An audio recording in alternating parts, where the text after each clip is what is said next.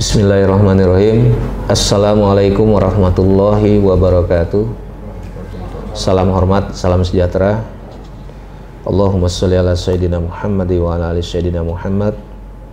Yang saya hormati dan saya banggakan seluruh mitra DHD. Hari ini sengaja saya melakukan verifikasi, ya kan. Saya kebetulan sebagai komisaris dan juga bersama Pak Heri, komisaris juga, dan didampingi oleh jajaran direksi DHD Group.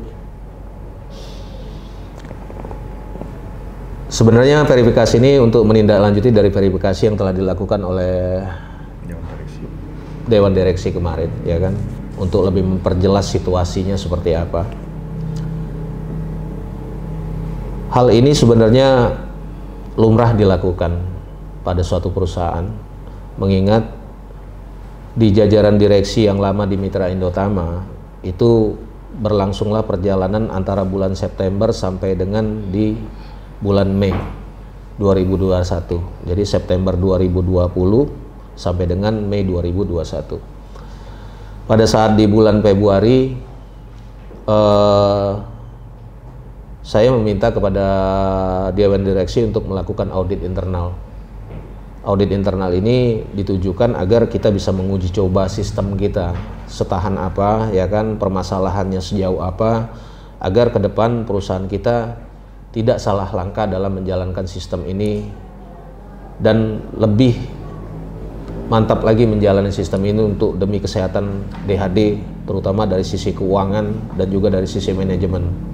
Karena mengingat usia DHD sudah menginjak di tahun ketiga, dan harapan saya pribadi dan juga sama seperti harapan jajaran direksi dan juga mitra-mitra, DHD ini bisa berumur panjang hingga 20 hingga 30 tahun ke depan. Saya selaku komisaris meminta audit ini di bulan Februari dan mulai dieksekusi pada saat di bulan Maret 2021. Nah, dari hasil audit tersebut kita temukan beberapa poin masalah. Salah satunya yaitu poin masalah di sisi keuangan. Pertama, poin yang kita temukan dari tim audit yaitu ketidaksinkronannya pembayaran panen database pembayaran, seperti satu, tidak sesuainya beberapa jadwal mitra, terkesan dipercepat. Kedua, tidak terhubungnya biaya pemotongan pada proses cicilan maupun perpindahan kolam. Ini kita temukan juga beberapa data. Poin kedua utama yaitu database yang terdata terindikasi tidak match dengan data yang sesungguhnya yang kita ambil dari data manual dan laporan di bulan-bulan sebelumnya. Poin ketiga, tidak cocoknya antara data pembayaran dengan angka yang dibayarkan. Bahkan satu hari pembayaran bisa terdapat 5 sampai dengan 7 kali pembayaran yang salah, bahkan berlebih bayar. Jadi kemarin udah dikasih lihat datanya, ya. Jadi yang saya temukan, misal mitra dibayarkan 2.800.000 terbayar 19.200.000. Bahkan ada yang 4.800.000 terbayarkan 5 juta lebih. Dan ini berkali-kali terjadi, kita lihat. Dari database ini ternyata angka yang kita akumulasi ini bukan angka yang kecil, dan kita sedang menelusuri kesalahan ini apakah termasuk kategori kecerobohan ataukah memang penyalahgunaan wewenang. Sampai saat ini audit tetap berlanjut, dan sehubungan dengan pengunduran diri direktur yang lama per 31 Mei 2021, rapat komisaris dan direksi memutuskan untuk mengangkat mitra kita yaitu Bapak Medi Siswanto, yang tadinya kebetulan mitra di Pali dan kita amanahkan untuk jadi kepala cabang di Pali, berproses menjadi seorang manajer di DHD, dan sekarang kita percaya untuk menjadi direktur utama di Mitra Indotama. Pengangkatan ini sudah kita lakukan di bulan ini juga, ya kan. Nah, sehubungan dengan pengangkatan Bapak Medi ini, kami jajaran direksi sepakat dan juga Pak Medi sendiri meminta kepada kami untuk terus melakukan audit ini sampai selesai, ya kan? Dimana sekarang audit yang dulunya kita gunakan adalah audit internal, sekarang kita menggunakan audit eksternal yang sudah kita tunjuk. Dan audit itu terus berjalan sampai saat ini. Dan sebenarnya audit ini tidak ada hubungannya dengan keterlambatan mitra.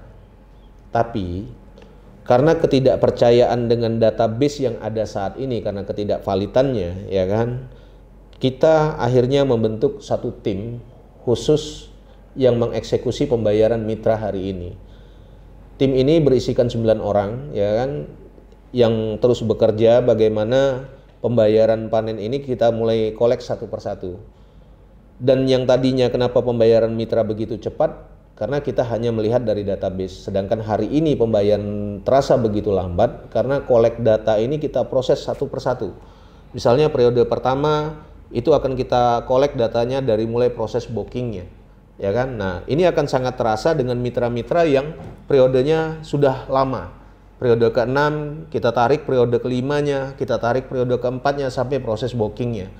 Kita perhatikan satu-satu keuangannya karena kita tidak ingin masalah ini berlarut-larut dan kita pengen tahu seberapa benar proses keuangan yang terjadi di manajemen pada saat proses yang lalu.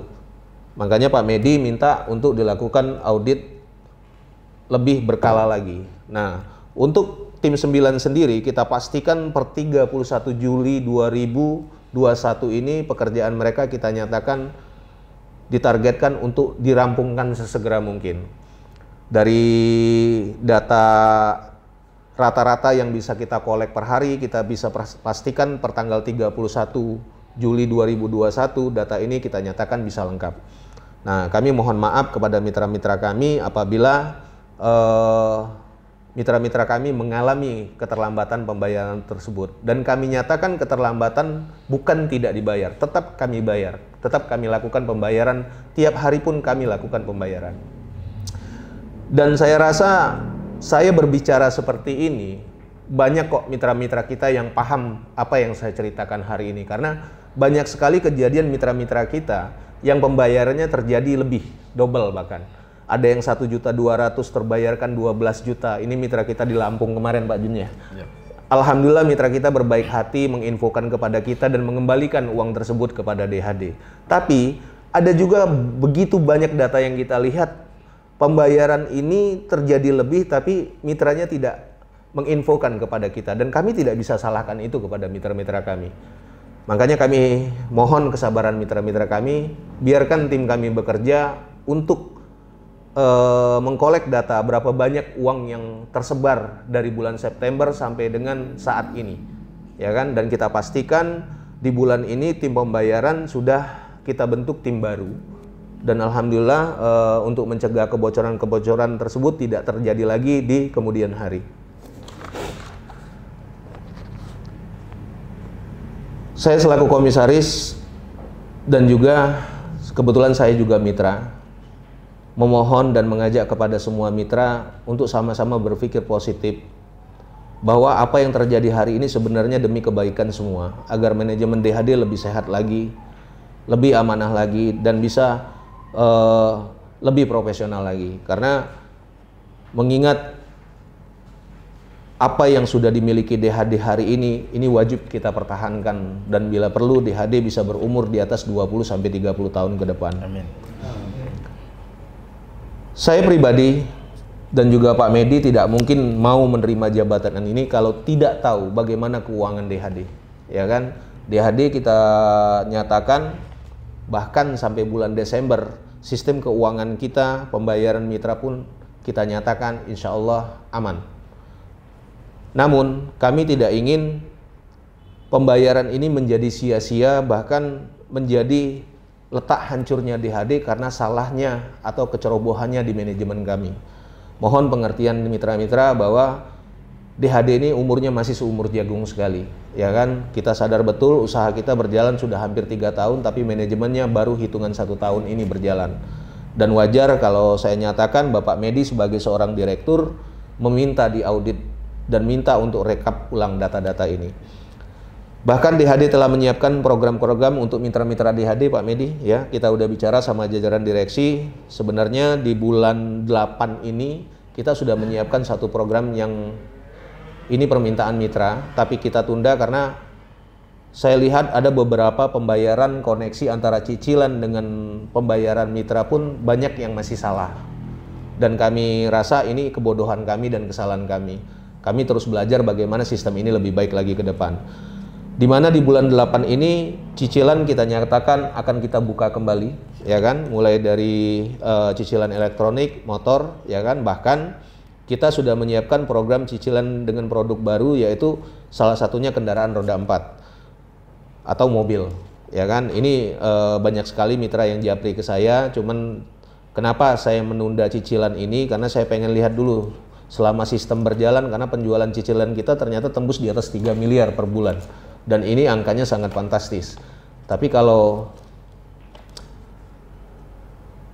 akuntingnya bermasalah, saya rasa bisnisnya juga nanti bermasalah. Makanya untuk ke depan kita sudah siapkan akunting profesional untuk mengelola keuangan kita lebih baik lagi ke depan. Pak Medi, mau ada yang disampaikan? Menindaklanjuti pernyataan komisaris tadi, saya Direktur Utama DHD Mitra Indo Utama menyatakan dan meminta komisaris untuk melakukan audit eksternal, dan audit eksternal ini bertujuan untuk mengetahui titik masalah dari manajemen-manajemen yang dulu, sehingga saya saat menjabat nanti tidak ada beban di kemudian hari. Oke, terima kasih Pak Medi atas pernyataannya. Akhir kalam, saya mewakili komisaris dan juga jajaran direksi memohon maaf yang sebesar-besarnya apabila mitra-mitra mengalami hal ini terjadi. Tapi insya Allah, bismillah, kami bukan tidak membayar. Kami tetap melakukan pembayaran di mitra-mitra, bahkan tiap hari kami terus melakukan pembayaran di mitra-mitra kami. Tidak seperti kemitraan yang lain di mana masa COVID ini mereka mengalami penundaan bayar hingga berbulan-bulan, bahkan ada yang sampai 3 bulan, ya kan. Tapi DHD hari ini hanya telat di waktu. Dan insya Allah kami nyatakan kalau hasil kolek data per 31 Juli, ya kan, kita nyatakan selesai dan kita akan umumkan juga hasil auditnya seperti apa. Kita nyatakan ini tidak lagi terjadi ke depan. Dan mohon dukungan kepada mitra-mitra dengan sistem manajemen yang lebih transparan lagi ke depan, DHD bisa dijaga lebih baik lagi oleh jajaran direksi dan manajemennya. Akhir kalam, saya ucapkan terima kasih atas perhatiannya. Allahumma sholli ala Sayyidina Muhammad wa ala ali Sayyidina Muhammad.